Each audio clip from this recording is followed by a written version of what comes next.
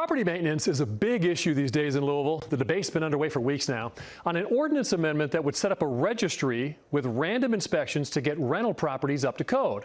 A complaint to the troubleshooters alleged one of the Metro Council members behind all of this didn't even have her own property up to code. Here's what we found when we looked into it. But the whole thing is about accountability. Metro Council member Donna Purvis is on a property maintenance mission. The grass is so tall. The grass is at least 3 feet tall, and it's just terrible looking. Louisville doesn't do property maintenance inspections unless a complaint is filed.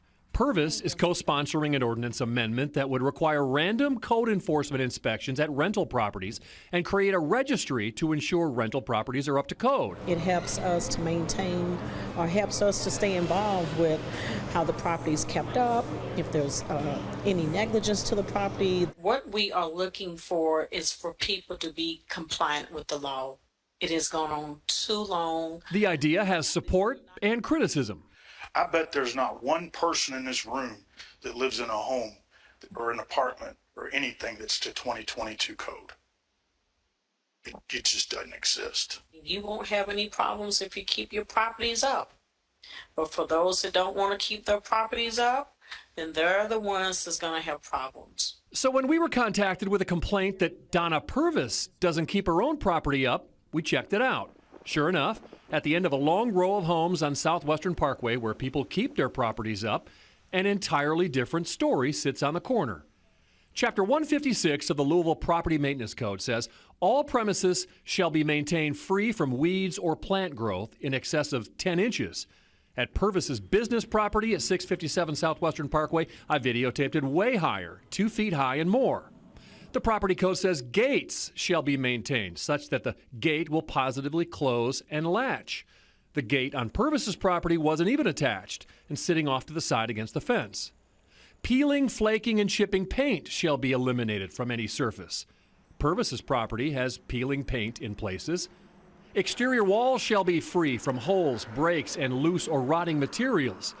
Purvis property appears to be out of compliance there too. Metal awnings and overhang extensions shall be protected from the elements and against decay and rust by the periodic application of a weather coating material such as paint. The outer edge of the front porch overhang is uncovered and rusted. Every exterior stairway shall be maintained structurally sound. The stairway on the side of the house is busted up and part of it is gone. Roof drains, gutters, and downspouts shall be maintained in good repair. The roof gutter on the house is hanging down separated from the roof. I wanted to grab you before the event if I could and ask you some questions. The rental registry thing, the legislation? Yeah. There's so many cases of property neglect. Before her scheduled Love Walk event, I asked Purvis if we can talk about this issue of property neglect with property codes and photos in my hand. Somebody reached out to us with a complaint about one of your properties, about it having multiple codes violations on it, 657 Southwestern Parkway. I don't have any violations on my properties. No, not written violations, but apparent right now. I don't have any violations. If so, they would have reached out to me. And any time I've ever been notified by code enforcement for whatever, I've always responded. So I've never No, code enforcement hasn't been there, but I have, and I took video of it and a lot of pictures of it and looked up into codes enforcement here, and there are multiple what appear to be infractions. It's a mess. The weeds are 2 feet tall. The gutter's hanging down. One of the gates is off. One of the steps is missing. Like, there's a lot of problems there. I'm not renting a property. That is a business property. But don't you think you should set an example with, especially co-sponsoring this legislation? You know what? It would be rude of me to even say right now that I'm going to stop the interview. But if you came here under false pretenses to interview me about what we're doing in the community, and then you're going to shift the narrative. No, I never told you I was interviewing you about this. Well, I'm very disappointed in you because had I known that, I would not have talked to you. I'm not here to discuss that. I am So here. you don't think these are fair questions? You're not fair, and you can air this. But, you know, I'm here on a love walk. Yeah. Right now, what you're about to see and about to hear is me turn around and walk away, because if you're not here to talk about the love walks, I have nothing else to say. And if you want to shift the narrative, that's fine. I don't know if you're going to get another Emmy off of this. I don't know, John, but I'll tell you what. I don't care about any of that. I don't care about any of that, but I need to ask you these questions because this is legitimate. At that point, Donna Purvis walks away to her love walk, but she's not done yet. Tell Wayne Free don't contact me anymore for anything. You're recovering alcoholic. The next day, I swing past her property and spot a difference already. The grass is mowed and the gate is fixed.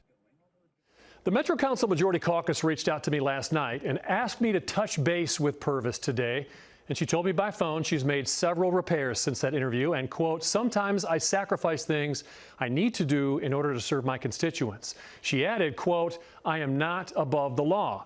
Purvis says she had a codes inspector to the property, and she told me that there are no property maintenance violations anymore. I questioned that, and I just got an email half an hour ago from Louisville Forward that says, quote, several items that would be considered in violation of the property maintenance code if we received a complaint were identified.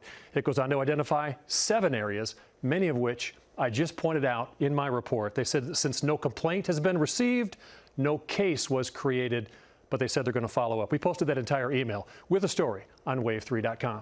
All right, thanks so much, John. Well, another